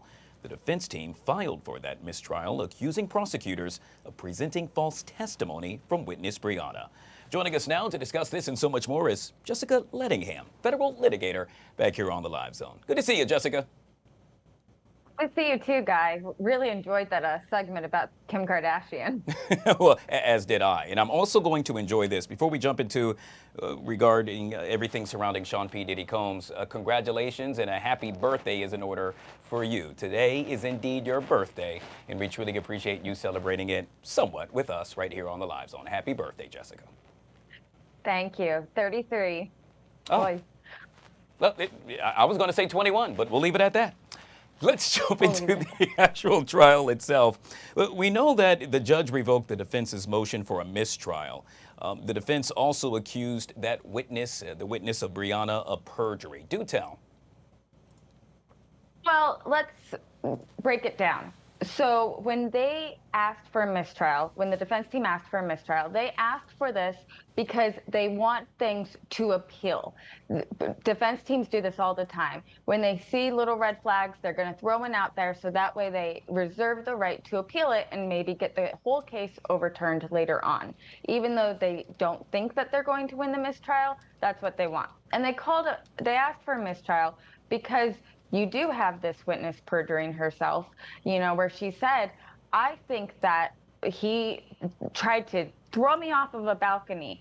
And then the defense got up there and said, well, here's receipts. On the day that you say he tried to put you off of a balcony, he wasn't even in LA. He was all the way over in New York. Now, she may have gotten the date wrong, and that's very easy to do, especially because it was a few years ago. But that really is just trying to show that these witnesses are not credible, they're not reliable, and that's what a defense does. And so with that being said, did the defense attorneys do a good job of just that? Although the mistrial was denied, yet again, they presented that case and the jury got a chance to see just that. Yes, exactly. And also, again, they're doing it for, in case he gets convicted, they're thinking, 10 steps ahead. What can we do to get this reversed back? All right, we also know that the judge denied prosecutors' motion to recall an expert witness, that witness being Dawn Hughes, for further expert testimony. She happened to be a clinical and forensic psychologist. Why was that denied? Well, Dawn Hughes has never interviewed Cassie or Jane or Mia. She has no actual personal knowledge of any of these women. I don't think she would have anything new to say when it comes in connection with Jane or any other of his alleged victims. She said what she has to say, which is she thinks that women like Cassie don't believe that they can get out, even though she's never actually interviewed with them. So the judge denied it because there's nothing left that she can add to the jury. All right, obviously we know that Jane is undergoing cross-examination today, and we know that earlier she stated, quote, she did not understand the terms and conditions of her relationship with Combs at first. Does that help the prosecution and or the defense in your mind? Jane is a fascinating witness. She helps both the prosecution and the defense at the same time. And let's first talk about the defense. She helps the defense because she sounds more like a prostitute sex worker coerced victim, because she had a contract stating that she would receive at least $10,000 a month from Sean Diddy Combs, and she's still receiving that money from him. That shows that she wasn't coerced. Now, it helps the prosecution because she says, well, then he was able to coerce me by always putting the money and the rent money over my head. So I think in the instance that she's saying the relationship turned, that's helping the defense more. What really stood out about her testimony is that she said one time he kicked in a door, beat her, and then required her to sleep with a male sex worker. That's what's going to help the prosecution. Yeah, to your point, we know those in the courtroom stated that the way she described that incident, it happened to be, I guess, more aggressive, if you will, more disturbing than what we all saw unfold on that video where Diddy was seen doing somewhat of the same thing to Cassie. Jessica, I try to do this on a daily basis because I want folks to understand what's at risk here, if you will, for Diddy and what the prosecution is trying to get across. I've said this time and time again, slumbag, yeah, I think that's exactly what he is. However, with regard to the RICO charges, has the prosecution done a good job of showing just that? No, I don't think they have. I think that the prosecution didn't charge him correctly. They didn't charge him with drug trafficking, and they didn't charge him with human trafficking, which they possibly could have actually because of all of the labor violations. You know, they should have tried to get more at the labor side of him being a bad employer because he kidnapped his assistants. He would make them work 20-hour days. He made them live there without locking their door. But they didn't go there. They also didn't go with drug trafficking, even though we have witnesses saying they were transporting drugs from one state to another. Instead, they went with this criminal organization. Yes, you are right. He is a scumbag. He is slime. He is vermin, all of the things. But we're not seeing that he was doing these things to make a profit. And that's what racketeering and a criminal organization, that's what that charge requires the prosecution to prove. And they have not done that yet. All right, so we'll end with this. What do you expect to see happen in the next several days? Obviously, we know yet again that the prosecution says they plan to wrap up their side of the story and a lot sooner than what many of us expected. And then I guess it will all fall in the hands of the jury. No, we still have the defense side. So in the next couple days, we're going to see Jane probably for the rest of today and some of tomorrow. If they really want to get Combs for criminal organization, they're going to have to bring a couple of bodyguards or his former CFO of Bad Boy Records to the stand. If the prosecution doesn't do that, then the defense will. We're going to have a couple of weeks after this week of the defense laying out their case and bringing in past employers and past friends of Cassie and of Jane and of Mia. All right. Yet again, we have been speaking with Jessica Lettingham, federal litigator, joining us on her birthday right here on the Live Zone. We truly appreciate your time, Jessica. Thanks, Dick. All right. You got it. Let's go ahead and take that full Emmy. We're now taking a look at President Trump arriving, I believe, at Joint Base Andrews. He is about to depart for none other than Fort Bragg. When he arrives, he is going to get somewhat of a prelude to what we will see take place on Saturday right here in the nation's capital. We know that he will be flanked by Pete Hegseth, who testified on Capitol Hill earlier this morning. The president took questions in the Oval Office just about maybe an hour ago or so. It initially pertained to all things surrounding FEMA, stating that plans are in place to address wildfires. He then touched on the protests that are currently unfolding in Los Angeles, stating, quote, "If we didn't get involved in Los Angeles, well, quite honestly, it would be on fire." The president also stated that he spoke with Governor Newsom one day ago and told him he's doing a bad job. Let's see if the president has anything to say as he boards Air Force One.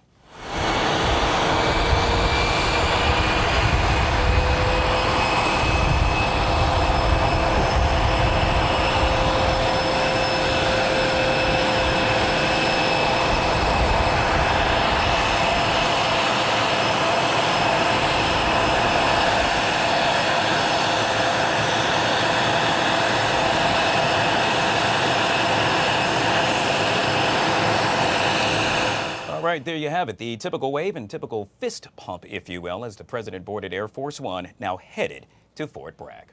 We'll take a quick break. This is the Fox 5 Live Zone.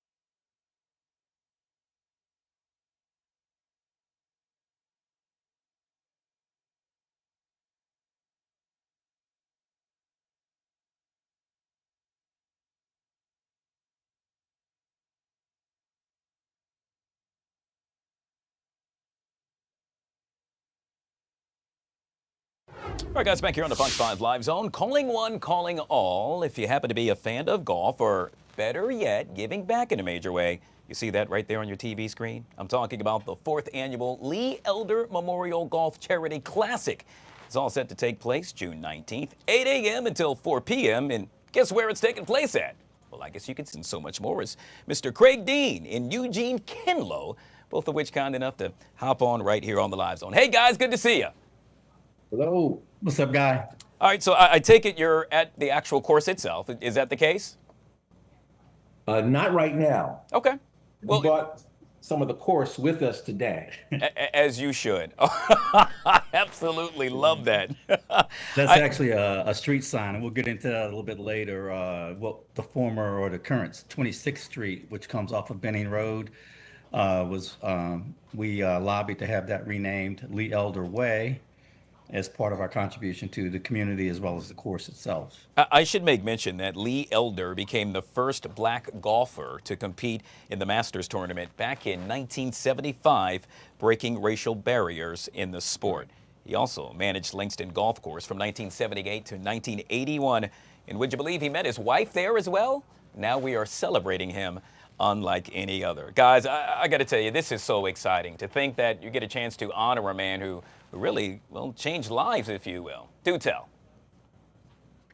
Well, let me just jump in and say that when you talk about Langston, well, really when you talk about Washington, D.C., it's a place of history, a place of monuments, museums, and memorials. And we've got a lot of that right there at Langston Golf Course. You know, you've got historic Langston, the first African-American course in the country. You've got Lee Elder, who's a great part of the history. So we tell people, before there was Tiger Woods, there was Lee Elder.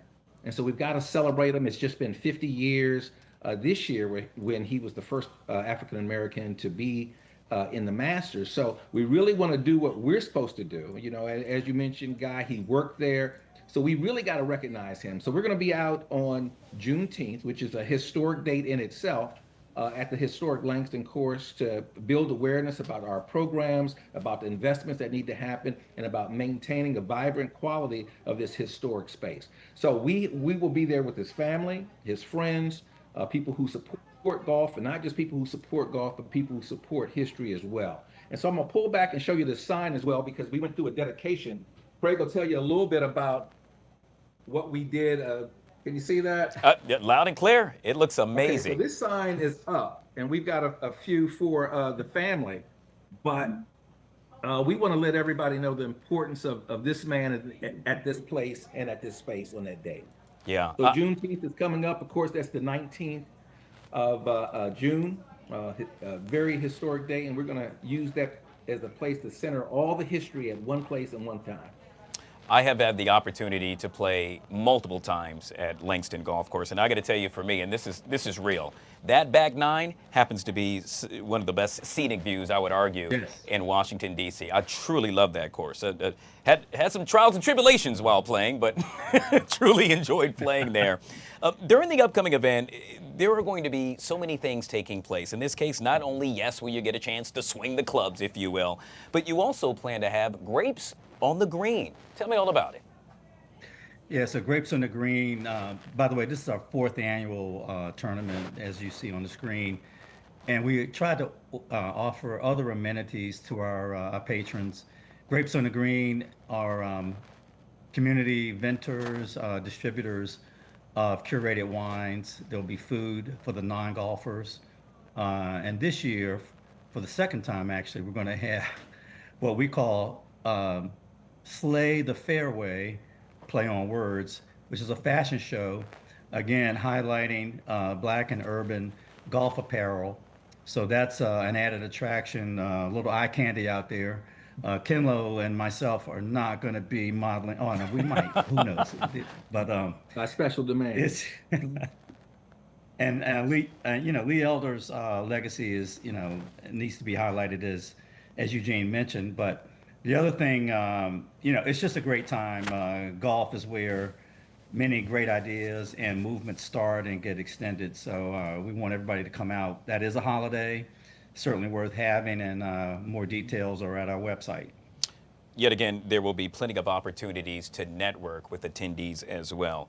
Folks that want to find out more information, how would one go about to do so, guys? Well, one, you can visit our website, which is Friends of Langston, and friendsoflangston.org will get you there. And when you get there, the first thing it'll talk about is our important history. There's a link that invites you to be a part of the golf experience. But if you're not a golfer, you can come out and have a glass of wine. If not, I don't know if people know, but Langston is a perfect place for a first date or a second date. They've got a great grill. They've got a great location. It's right by the water, very serene spot in urban Washington, D.C. It's right there at 2600 Benning Road in Northeast Washington, D.C. And we just invite you to be there as well. Matter of fact, I think we may need you as a model, a guy. If you got some time, we'd love for you to be able to come out and show us what you got. Well, I'll tell you what, guys, I need to grow probably another 4 inches in order to make that happen. But in the meantime, I'll just get out there and swing it the best I can. With regard to that comment about a great date taking place there, the proof is in the pudding. Lee Elder, yet again, met his wife right there on that course. Chit-chatting with none other than Mr. Craig Dean. Eugene Kinlow, kind enough to join us right here on the Fox 5 Live Zone as we celebrate all things surrounding Lee Elder. Truly appreciate your time, guys. Thank you so much. Thank you, Fox 5. Thank you, guys. You're welcome. Thanks, Sam. All right, guys, we'll take a quick break. On the flip side of that break, Annie Mae joins us. We call it our Tuesday Talkers. Comes up next, right here on the Live Zone.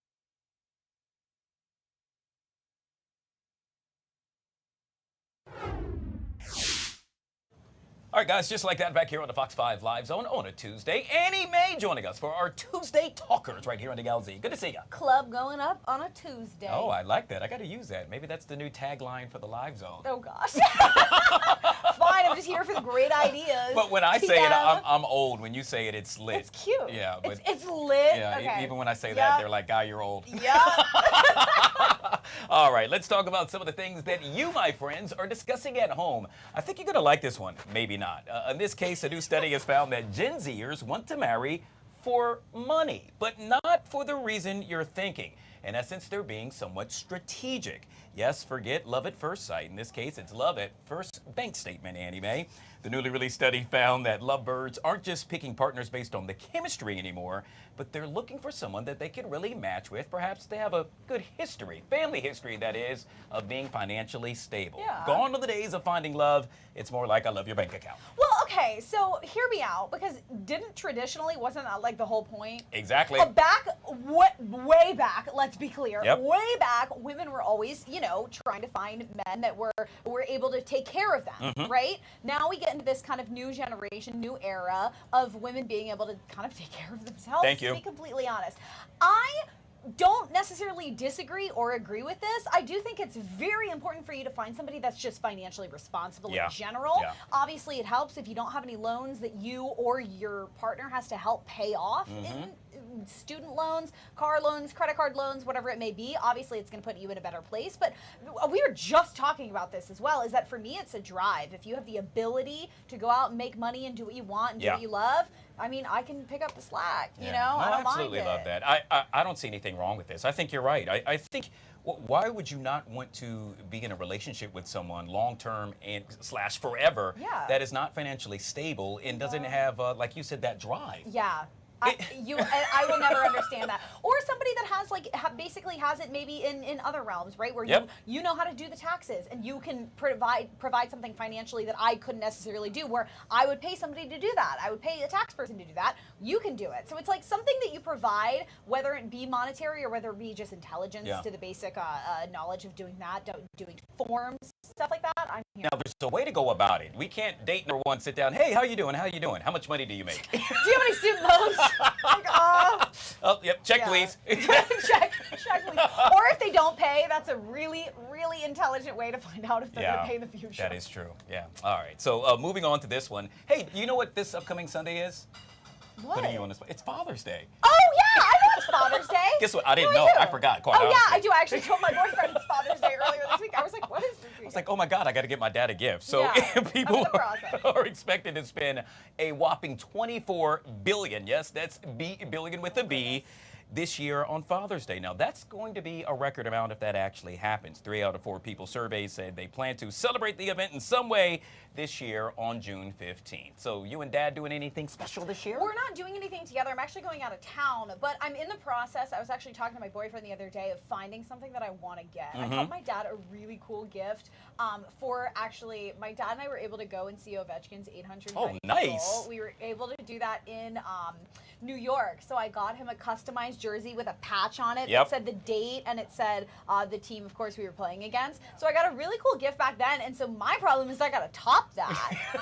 I am an excellent, obviously no shit, I'm an excellent gift giver. I really put all my marbles in one basket when it comes to gift giving. So I got to top that. I don't know yet. I haven't decided. Well, just you being a great daughter. That's what it is. I can tell you, I'm not a dad, but I can tell you as a guy, look, that whole tie thing, overdone with. I mean, I get that for my birthday. But it's really the thought that matters. And it could be the simplest thing is, let's say, or maybe it is a tie, but it's a tie, to your point, that maybe yet again recognizes what you all did that day. Maybe a picture of you and your dad. And it has a little stencil of something you did on the inside of it, something that's meaningful and not just like you picked it up at, I don't know, TJ Maxx. Which, no shade to TJ Maxx, because I love TJ Maxx. I think I got this shirt from there, by the way. I love TJ. Let's be clear, no shade to TJ Maxx. I've heard, though, so many moms or dads say that moms have a better Mother's Day than dads have a better Father's Day. I kind of agree with that. Yeah.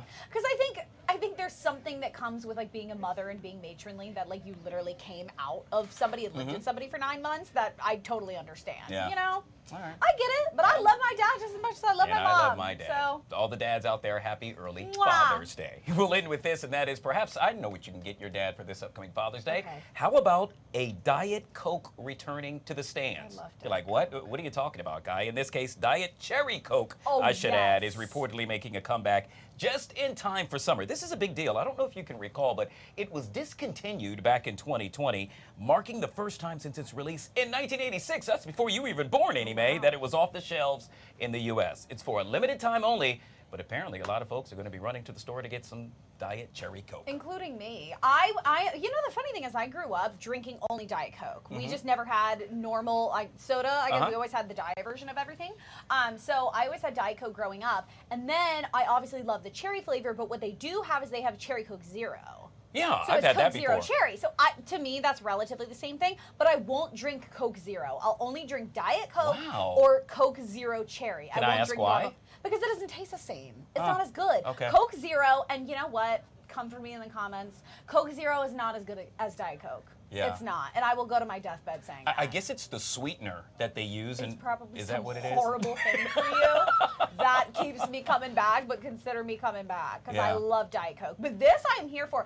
I almost almost wish that they would just like listen and like keep stuff like this around. I'm with you. Like, I don't know why they why. take this stuff away, Yeah. and then they could make so much more money if they just left it there. You would think. Yeah. But and then they do like they do the holiday flavors or whatever. And that I get if you want to take away and put back, but like something like this that everybody wants, like a vanilla. Yeah. Like a vanilla Diet Coke. I'm sure everybody would love that. Remember when they Did came out with the space flavor? Did you try that? No. It was supposed to resemble or somehow taste like Mars. outer space, and so just because of that, I bought it. It I was wouldn't- decent, but I would- how can you combat that? I would never be like, this doesn't taste like outer space. Okay, have you gone? I guess we gotta ask Yeah. like Katy Perry and Gayle King if it tastes like outer space. Like But I wouldn't I know. doubt they took a deep breath while in outer space, you know? Literally. Mm. They brought a flower up there, didn't they? Isn't that Go what they did in figure. their 10-minute trip to space? Anime with our Tuesday talkers right here on the Live Zone. Always good to see you. All right, guys, we'll take a quick break. We'll be right back.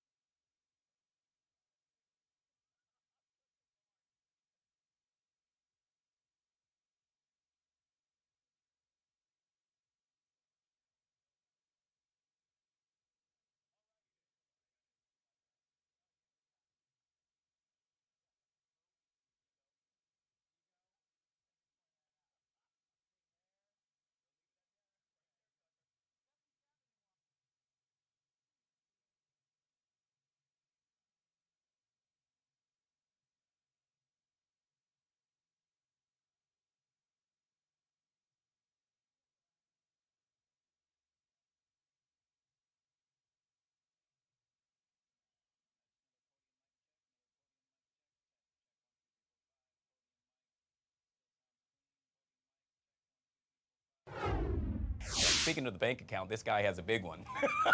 Tucker Barnes. I don't know if I should have said that. Are you just joining the show? Yeah, this guy has a big one. That's not all that's big in my life. All righty then. Good to see you, my friend. Oh yeah. I mean, like yeah, I got a big boat. Ego. Thank you for pointing that out. Big hair. We'll leave it at that right Yeah, there, you go. Tucker. 77 in Washington. We've been doing some clouds. So, guys, he mentioned you approve of this weather. I actually like it. I thought it was going to be more humid today than yesterday, and maybe you'll correct me, but it wasn't too bad. No, it's actually getting better. And it will get better and better this afternoon as we have the clouds out there is actually a cold front that's finally sliding through, and it will deliver not so much cooler air, but drier air. So, you still get the warm temps, but without the humidity, you should feel a lot better this afternoon because we've been so soupy and stormy and rainy the last several days here. It'll be good to get a day off. 77 as mentioned, still a lot of clouds out there. Winds are out of the north and west at about 15 miles an hour. And again, sign of things to come here and that drier air is working in. And it should deliver a very nice afternoon. Yeah, there are your current winds, and you can see we got a nice little wind field setting up that's bringing in drier air. So the real story, less and less chance for a shower storm this afternoon. Not that there couldn't be one or two, especially south of town, southern Maryland, Eastern Shore, looking at you. But that we'll see improving sky conditions, little sunshine later this afternoon, and again, winds will bring in some drier air. All right, lots of clouds. The shower activity that was down at the beaches, if you're up early, Guy, I know you don't get up at my hour, but if you were up, right around daybreak, we had a couple of showers across the region. Those are all north and east of us. You can see them up near Philly at this hour. And our trend will be to generally keep it dry. If you look out into our mountains, out towards Hagerstown, you'll see some clearing skies. That's our late afternoon forecast. We'll gradually break out into partial sunshine And again, the winds out of the north and west means drier air and really a very pleasant afternoon. So nice conditions. Going out tonight, you're dry. Tomorrow, mid-80s with sunshine. You haven't teased it yet. Maybe you have the congressional baseball games tomorrow night. Oh, yeah, that is right now. And it should be really nice conditions out there for that game tomorrow night. So if you're going to that congressional baseball game or want to plan outdoor activities tomorrow, it looks great. And then the big question will be, Guy, this is today's setup, by the way, that cold front coming through, and again, drier conditions behind it this afternoon. The big question will be this week, will we hit 90 degrees for the first time in 2025? Very unusual to get to the middle of June and not have a 90 yet. We did hit 89 a few weeks ago, but we have not hit 90. We're going to go for it on Thursday and Friday. And the storm chances will go up by Friday afternoon and Saturday. But if we wait till Thursday to hit that 92, I think that's the latest 90-degree rating for the first time since 2003. Wow, it's been that long. Yeah, okay, 20 wow. years since we've gone Sheesh. this late in the year before we get our first 90-degree day. All right. Well, good to know. Yeah, see? Hopefully, if I'm a betting man, I think it's going to happen. Why? Because you said so. Oh, well, you can bet on the weather. I'll show you where. Okay, good Yeah, stuff. show you later. All right. Hey, guys, if you haven't already done so, make sure you download the Fox Local app. That way you can take Tucker in your weather forecast any and everywhere you go. And speaking of going, how about we go with this young lady that's standing right next to me? Hi! Brittany joining us right here on the Good Live to Zone. see you. What's up with the hat? We have a birthday Oh. coming up next week. It's Oh. my birthday next week, Gemini season. I saw this here. You must have had to hear from me. You must have knew it was coming up. The only thing is it's not cute, so we're going to take it off. You know, it's like the kid birthday it looks hats. kinda cool. But this is killing Yeah, me, that's- guy. yeah, okay, that okay. little part right Happy there. birthday to all the Geminis. It's actually Kyle's birthday today. Our Really? favorite Kyle on the mic. So happy birthday to Wow, him. okay. Yes. Jessica Lettingham, the federal litigator, she joined Yes. us earlier. It happens to be her Her birthday as well. I mean, Geminis are the greatest. What can I see. say? Are you one to celebrate all month long? Is it like I your month? definitely am. I mean, you saw I just came back from Mexico. I go to Miami this week. Then we're ending it off in D.C. for the people next week on the actual birthday. So, yeah. I mean, my dad taught me that way. Life is meant to be celebrated As and it lived, should right, be, guy? especially when it comes to your birthday. I hope You I know get I the know how to invite. throw a party. Yes, you get the invite for sure. All right. Speaking of parties, hey, wasn't it a party last night for the BET really Awards? Was. I mean, incredible, guy. I don't even know where to begin. First of all, everybody looked beautiful. Yeah. There was not one outfit that I think missed. Yeah, I agree. I got a chance to watch some of the pre-show, if you will, Yes. with regard to the red carpet. I'm watching very intensely, trying to see, do I Right? like that? No. Like even Young Thug's whole Yeah. little bird situation. But that was different. Yeah. Look, can you be mad at him? He's been through a lot. I think he didn't really want the attention on him too much, so I like it. It was a very Kanye move, very Yeah. Gemini-ish. And then, of course, the performances. I really enjoyed B2K, Bump, Bump, Bump. I mean, literally took me back to my childhood. First of all, I'm feeling old. 106 in Park, 25 years. Literally grew up watching that on my couch from elementary all the way through high school, but incredible. That, I mean, Maya. Yeah. Who else was out there? A. Marie, Yeah. Ashanti. Now, some of them need to work on their breath control, especially Lil' Kim in that pre-show.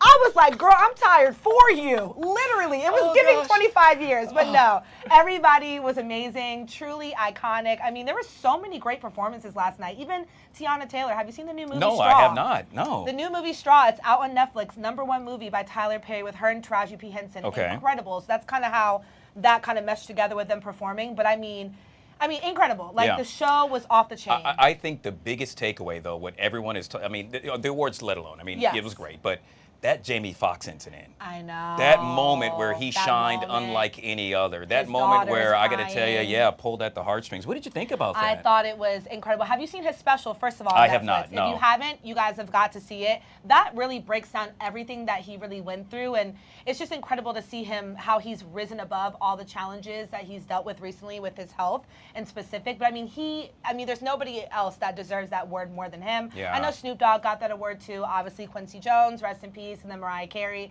But the Jamie Foxx tribute and special, and then his speech was incredible for Yeah, sure. and So- obviously he made that speech just minutes after, you know where they roll the tape, if you will, Yeah. where everyone who has passed and they say, we remember you. And well, he got up there, you're looking at it right now, and he Yeah. said, guys, I could have been a part of that. You all could Exactly. be talking about me no longer being here.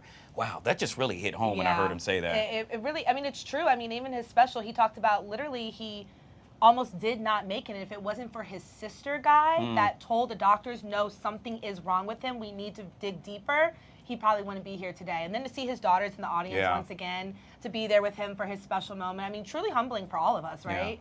Yeah, girl, get comfortable. I gotta throw out a little Jamie Foxx hit right there, though, because I mean, he's a legend. Well, if we're singing in this case, how about we sing a little Leon Thomas as well? Oh, we love Leon Thomas. Shout out to him winning, I think it was Best New Artist Award. I mean, incredible artist. His album Mutt is off the chain. It's taking time, what's the rush? We love Leon Thomas. He was just in the city not too long ago, so I'm hoping he comes back and visits soon. Seems like he likes I am DC. such a huge fan, especially the remix one with none other than Chris Brown. Yeah, and then of course I'm aging myself again, but I remember him back in the days on Nickelodeon. So, wow. Okay. What a time. I forgot about that. What a time to be alive in this era. 25 years for 106 in Park. Shout out to all the hosts. Yeah. I mean, that was, you know, with journalism, that was like the prize job back in the day, you know what I mean? Yeah. So they did it for us. Shout out to Well, Terrence look at us J, now. Roxy, We're not Free, too far AJ. behind them. So, you know, Exactly. it's really Maybe we good. need to start our own 106 in Park. Remix, Fox 5 in Park. Hey, in just about 12 minutes or so, you're coming up on The Take. You're going to be joined with Tony P, my guy. I always see him in the green room. You know, the producers just know we are a match made in heaven when it comes to TV. So shout out to Tony. It is golf season. I'm sure he's going to talk about Live, the big golf tournament that happened over the weekend. So looking forward to that. Back on The Take at 2, and probably give you some more about Mexico also. I got some little sneak peeks from my trip. Learning how tequila is made. I'm just going to drink more of it now. Oh, wow. Okay. Well, make sure you share because, yet again, sharing for the is birthday. caring. Sharing is caring. Lots Brittany of joining tequila. us right here on the Live Zone. Yet again, you can check her out in about 12 minutes on The Take. Good to see you right guys. here on Fox 5. Happy birthday. Thank you, Guy. We'll be right back.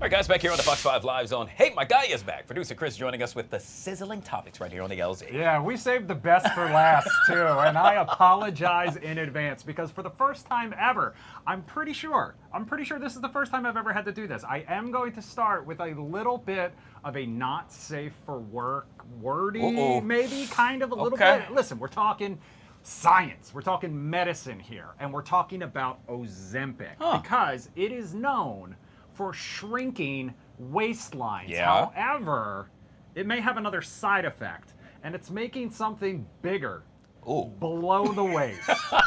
Take a look at the headline from the New York Post. I'm not going to read it, but you can for yourself. Wow. Ozempic and manhood. It is apparently making it bigger. Alrighty. We talked to Dr. Mike Sirigliano about this on Good Day at 9A this morning, and he says there may be some truth. This is not just a rumor. This is not just anecdotal to a certain extent. Apparently, guys are okay with it. That probably won't come as a huge shock, but there has been no official study linking these two things. However, according to recent studies, the average size of a man's manhood has gone up 10%. Wow. In the last 3 years, between the year 2022 and the year 2025. And some experts say this may have something to do with these weight loss shots. So many things I want to say. So many things you probably can't. So many things you want to talk about. Yeah. But so many things we have to do that delicate little dance that we do here sometimes. But you should probably just hang out for the after show someday because there are a lot of opinions about this story, as you can imagine. I mean, listen, we probably won't know all of the side effects from these types of things for a long time. Yeah. I would comment, but I feel I might come up short. And that's not a problem. Right? Exactly. Listen. I'll leave it right there. We'll leave it right there. Let's go from weight loss to some things that may not have that same, the opposite effect. Okay. Let's put it that way, because we are talking about some fast food new options, and we're going to start off with McDonald's, because as of today, you can officially pick up their new McFlurry. It is perfect for summer, backyards, campfires, but because we are talking about the s'more McFlurry. For a limited time only, and at participating McDonald's, and if you can find one where the McFlurry machine works, because isn't that the ongoing joke? This is classic vanilla soft serve, Hershey's milk chocolate pieces, along with graham crackers and marshmallows. Wow. That Okay. sounds- I would try that. I mean, that sounds Yeah. pretty good. I won't lie to you. That's basically my Blizzard order over at Dairy Queen. Yeah. So. Gosh, I miss those. Yeah, I love Blizzards. I got to pay a visit over there. Huh. They're Okay. the best. All right, speaking of Oreos, as of yesterday, you can get your hands on the new Selena Gomez Oreo cookie. They have actually done this with a few artists now, where they do this signature cookie. Post Malone was one of the first. Selena's is inspired by her love of horchata, which is like a traditional Latino, Spanish. There's a lot of different variations of it. So it's a chocolate and cinnamon cream layer, along with a condensed milk flavored layer, which are all ingredients in the classic horchata. Chocolate and cinnamon wafers. So you've got two different flavors there. And then there are 6 different variations of the actual cookie, embossed with different logos that are probably make more sense to her fans than me.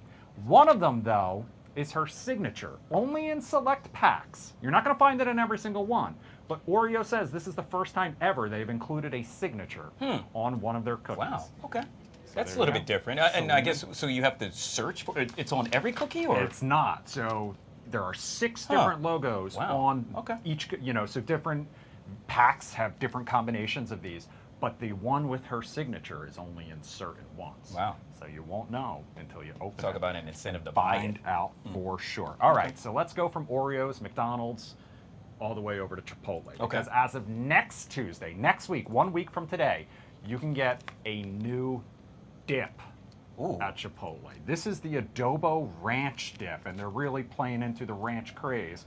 People love it. People put it on everything these days. But this is Chipotle's first new dip in 5 years. The last one was their updated recipe queso, dropped back in 2020 and led to an immediate boost in sales. Now that's relevant because Chipotle has had a rough start to the year so far. Sales not doing the numbers they used to. This goes back to some complaints that people were getting overcharged, getting less food, prices going up. They've had a lot of issues recently.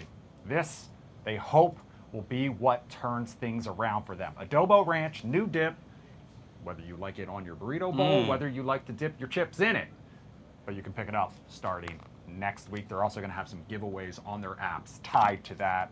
Some customers can get it for free if you're a member, all that good stuff. You would think that they would actually really focus on the dip even more so, being that they've been so successful in the past. Exactly. Now, do you have a are you a Chipotle fan? Oh, yeah, Do you have I love a it, yeah. go-to order? Do you get the same thing every time? Or Every do you like time. To switch it up? Yeah. Yep. What is it? I Corn, got salsa, spicy, lettuce, a little bit of sour cream. Okay, no meat, no protein? Oh yeah, chicken and then, chicken. black beans. Okay, I do the fajita burrito bowl with the tortilla on the side. Peppers and onions instead of beans. Little cheese. I like going with the green and the red salsa. I'll do the queso dip, but I'll usually dip just either the chips that I get or the tortilla in it, and then I feel sick afterwards. That's part of the equation. I would say Chipotle is a perfect place for a celebration. A celebration. And it's probably not where we're going tonight, but we are celebrating because I got to give a shout out to my wife, Molly. Today is our 2-year wedding anniversary, and I cannot believe those words are coming out of my mouth because it feels like literally yesterday that we tied the knot. These are some of our pictures from Whitney Nichols Photography. We got married in upstate New York, right in the town of Lansing, which is near Ithaca and Cornell colleges and universities, if you're familiar with the area. Now, that picture is one of my favorites because it really highlights that Canadian wildfire smoke that we had been dealing with for days leading up to our wedding. Also, June 10th in upstate New York, if you're not familiar, can be considered,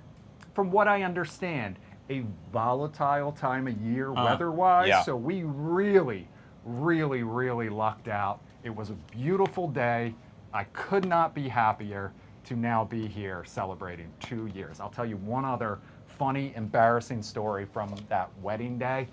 You see that motorcycle right there? I slipped and fell while riding it. In front of everyone. Shouldn't have climbed on it in the first place. But here we are. I got a good story out of it. You really did. Happy anniversary, my friend. I've had the opportunity to meet Molly as well. An amazing woman. You are a lucky man, my friend. Absolutely. Absolutely. You heard it here first. This is a trustworthy source. All right, guys. Producer Chris joining us. Hey, The Take coming up next right here on Fox 5.